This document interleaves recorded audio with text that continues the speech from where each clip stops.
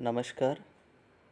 मैं डॉक्टर दिनेश चारण बीए प्रथम वर्ष के हिंदी साहित्य की कक्षा में आप सभी का स्वागत करता हूं। हम प्रथम प्रश्न पत्र के रूप में आधुनिक काव्य सोपान पुस्तक पढ़ रहे हैं और आधुनिक काव्य सोपान में आज हम जिस कवि को पढ़ेंगे उसका नाम है सुमित्रानंदन पंत। सुमित्रानंदन पंत छायावादी कवि हैं। सुमित्रानंदन पंत की कविता पढ़ने से पहले हम उनके बारे में कुछ जानना चाहेंगे, उनकी रचनाओं के बारे में, उनकी काव्य की विशेषताओं के बारे में और उनके जीवन के बारे में। सुमित्रानंदन पंत का जन्म अल्मोड़ा के कोशानी नामक ग्राम में 1900 ईस्वी को हुआ था। बचपन में माँ के स्नेह से ये वंचित रहे। इनकी माँ की मृत्यु जल्दी हो गई और ये पहाड़ी प्रकृति के रमणीक सौंदर्य के प्रति आकर्षित रहे। प्राकृतिक सुंदरता का वर्णन करने के कारण सुमित्रानंदन पंत को प्रकृति का सुकुमार कवि कहा जाता है। पंत छायावाद की जितनी भी विशेषताएं हैं उन सारी विशेषताओं को अपने काव्य में समेटे हुए हैं। प्रकृति के प्रांगण में पैदा होने और विकसित होने के कारण इनमें प्रकृति के प्रति गहरा अनुराग दिखाई दे पड़ता है। प्रकृति की इतनी सूक्ष्म और संश्लिष्ट छवियां आधुनिक काल में किसी अन्य कवि में देखने को नहीं मिलती। हाँ, ये प्रकृति पहाड़ी प्रदेश की है, मैदानी प्रदेश की नहीं। प्रकृति के प्रति गहरे अनुराग ने उन्हें काफ़ी दिन तक नारी सौंदर्य के प्रति उदासीन बनाए रखा। उनकी कविता का एक उदाहरण देखिए कि छोड़ ध्रुमों की मृदु छाया, तोड़ प्रकृति से भी ना था, बाले तेरे बाल झाल में कैसे उलझा दूं लोचन, छोड़ अभी से इस जग को।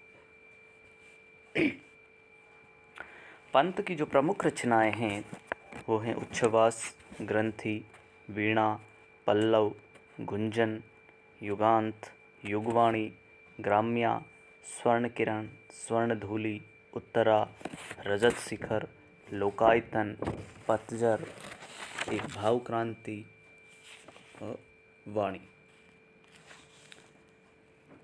पंत अपनी काव्य यात्रा में निरंतर परिवर्तित होते गए हैं। अनुभव और विचार दोनों ही दृष्टियों से इनकी काव्य यात्रा के 3 प्रमुख सोपान देखे जा सकते हैं। पहला है छायावादी यात्रा। इनमें उच्छ्वास से गुंजन तक की कृतियाँ सम्मिलित की जा सकती हैं। इन कृतियों में प्रमुखतः प्रकृति के ताज़ा और संश्लिष्ट चित्र हैं। कवि क्रमशः प्रकृति में मनुष्य की ओर बढ़ता गया है। गुंजन में आकर उसने मनुष्य की दुख सुख की चिंता होने लगती है। पल्लव में ही नारी सौंदर्य का आकर्षण जागने लगता है। युगांत में वह छायावादी युग के अंत की घोषणा करता है और मार्क्सवादी दर्शन की ओर झुकता है। युगांत, युगवाणी और ग्राम्या की कविताओं में उस पर मार्क्सवादी दर्शन का प्रभाव देखा जा सकता है। वह सामान्य जीवन के सुख दुख और दृश्यों के विधान में अपने को संलग्न करता है। गुंजन तक उसमें अनुभव की दुनिया छोटी है किंतु प्रामाणिक है। गुंजन के बाद दुनिया बड़ी होती है किंतु उसमें कवि भोक्ता के स्थान पर दृष्टा के रूप में अधिक दिखाई पड़ता है। ग्राम्या के बाद कवि का झुकाव अरविंद दर्शन की ओर होता है। कुछ दिन तक मार्क्सवाद के भौतिक दर्शन से गहरे प्रभावित रहने के बाद उसे लगता है कि मार्क्सवाद तो मात्र भौतिक चेतना का दर्शन है, आत्मदर्शन उसमें गायब है। कवि दोनों का समन्वय करना चाहता है और यह समन्वय दिखाई पड़ता है अरविंद दर्शन में। ग्राम्या के बाद की लगभग सारी रचनाएं अरविंद दर्शन से प्रभावित हैं। कवि इन कविताओं में चिंतन के स्तर पर अधिक जीता दिखाई पड़ता है, अनुभव के स्तर पर कम, अतः ये निष्प्राण कविताएं हैं। वास्तव में गुंजन तक की काव्य यात्रा में पंत के काव्य सौष्ठव का उत्कर्ष दिखाई पड़ता है। वह दुनिया मुख्यतः प्रकृति की है, गौणतः मानव जीवन की, किंतु जितनी है प्रामाणिक है। भाषा में एक मोहक नयापन है जो नए कथ्य के दबाव से उपजा है। युगांत से ग्राम्या तक की यात्रा आकर्षक हैं, किंतु पहले सोपान से कम मार्क्सवादी दृष्टि का उन्मेष और उसके तहत सामान्य जीवन के अनेक प्रभावशाली चित्र यात्रा के इस चरण में मिलते हैं, किंतु इसमें पहले चरण किसी कथ्य के साथ रागात्मकता नहीं दिखाई पड़ती, अतः प्रभाव की वह सघनता भी नहीं जो पहले चरण में है। तीसरे चरण में अरविंद दर्शन से प्रभावित कविताएं हैं जो प्रभावहीन सी लगती हैं। इसी दौरान उन्होंने लोकायतन महाकाव्य लिखा जो अनुपम प्रकृति चिन्हों और मानव चिंता के बावजूद प्रभावहीन काव्य हैं। पंत जी ने ज्योत्सना नामक एक काव्य नाटक भी लिखा है जो प्रतीकात्मक हैं। कल्पना, अनुभूति, संवेदन तथा विचारशीलता पंत जी के कवित्व के प्रमुख तत्व हैं। पंत की सौंदर्य चेतना प्रकृति और मानवीय रूपों में प्रतिफलित हुई है, किंतु इनके काव्य में प्राकृतिक सौंदर्य वर्णन की प्रधानता है। प्रकृति की मनोहर छवियों ने उनके कवि मानस को बहुत गहराई तक छुआ है। यही कारण है कि ये जब मानवीय सौंदर्य का उद्घाटन करना चाहते हैं तब भी प्रतीक, अप्रस्तुत तथा उत्प्रेक्षा आदि के रूप में प्रकृति ही प्रधान हो उठती है। इसका उल्टा भी खूब हुआ है, अर्थात उनके प्रकृति चित्रों पर मानवीय क्रिया व्यापारों की छाया है। इन्होंने प्रकृति के जड़ समझे जाने वाले उपादानों अथवा स्थूल प्रतीत होने वाले दृश्यों के साथ आत्मीयतापूर्ण संबंध स्थापित किया है। उन सब को अनुराग के अंगों में रंगा है और चेतना का आरोप करते हुए उन्हें सजीव कर दिया है। इनके काव्य का यह वैशिष्ट्य समस्त छायावाद युग की चरम उपलब्धि समझा जाता है। प्रकृति पंत जी के काव्य की मूलभूत प्रेरणा रही है। इन्होंने प्रकृति के मनोहर रूपों के प्रति मुग्धा भाव से नाना प्रकार की जिज्ञासाएं की है। इनमें इनके कवि जीवन की दार्शनिक उपलब्धि में भी प्रकृति का बड़ा योग है।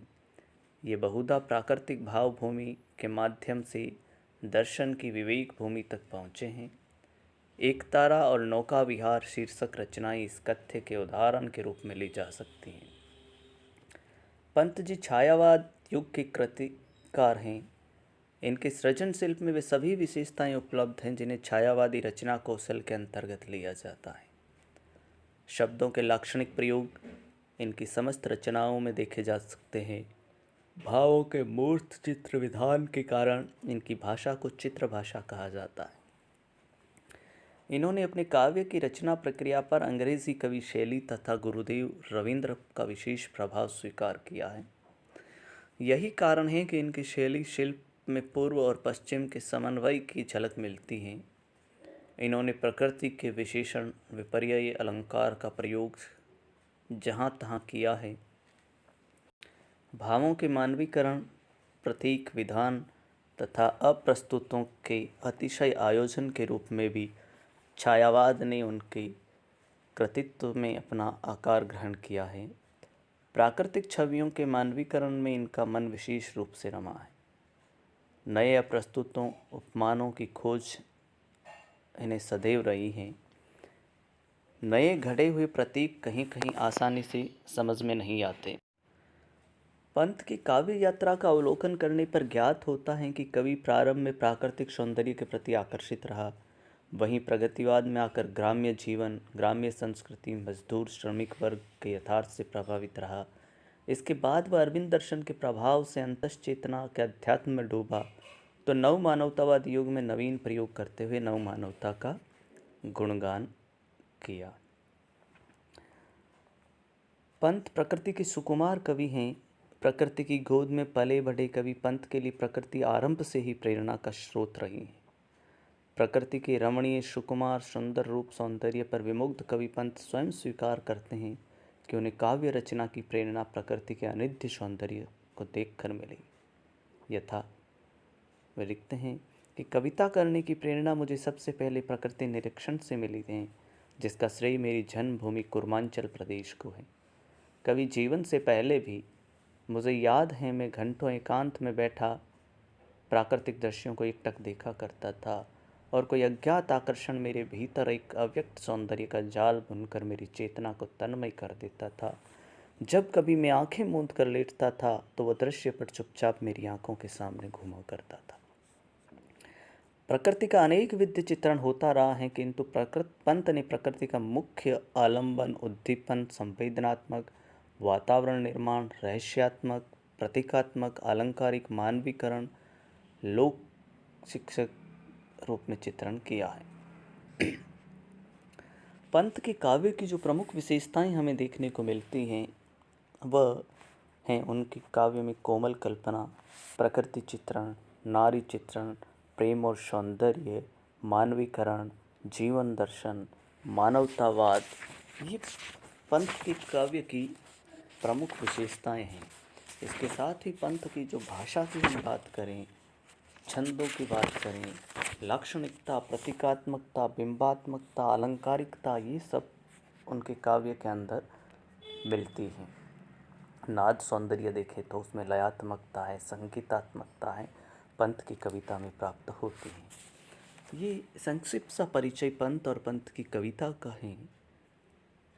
इसमें अगर कहीं कुछ समझ नहीं आया तो आप पुनः मुझसे पूछ सकते हैं। अगली कक्षा में हम पंत की कविता पढ़ेंगे। धन्यवाद।